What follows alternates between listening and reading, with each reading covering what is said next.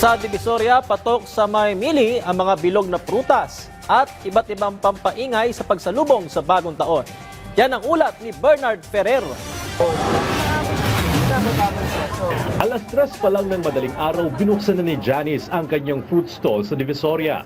Nagbabakasakali siyang mabilis na maubos ang mga itinitindang prutas. Pero dahil sa biglaang buhos ng ulan, ay matumal pa ang kanyang benta. Kailan niyo inaasahan na lalakas ang benta? Ito pong 30, 31, gano'n. Basta wag lang umulan kasi pag umulan, magmatumal din. Ilan sa mga prutas na mabibili sa Divisoria ay ang Fuji apple, 50 pesos ang isang tumpok. Peras, 50 pesos ang isang tumpok. Longgan, 70 pesos ang 1/4. Crimson seedless grapes, 80 pesos ang kalahating kilo. Mabibili naman ang pongkiat, 50 pesos ang isang balot. Kiat-kiat, 50 pesos ang isang balot. Sagada orange, 100 pesos ang isang tumpok. At kiwi, 100 pesos bawat 3 piraso. Inaasang tataas ang presyo nito habang papalapit ang bagong taon. May landing maagang bumili ng torotot na isa sa pampaingay ng mga bata.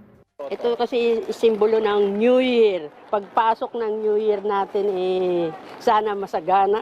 Mabibili ang maliit na torotot sa halagang 10 pesos habang ang malaking torotot ay 25 pesos.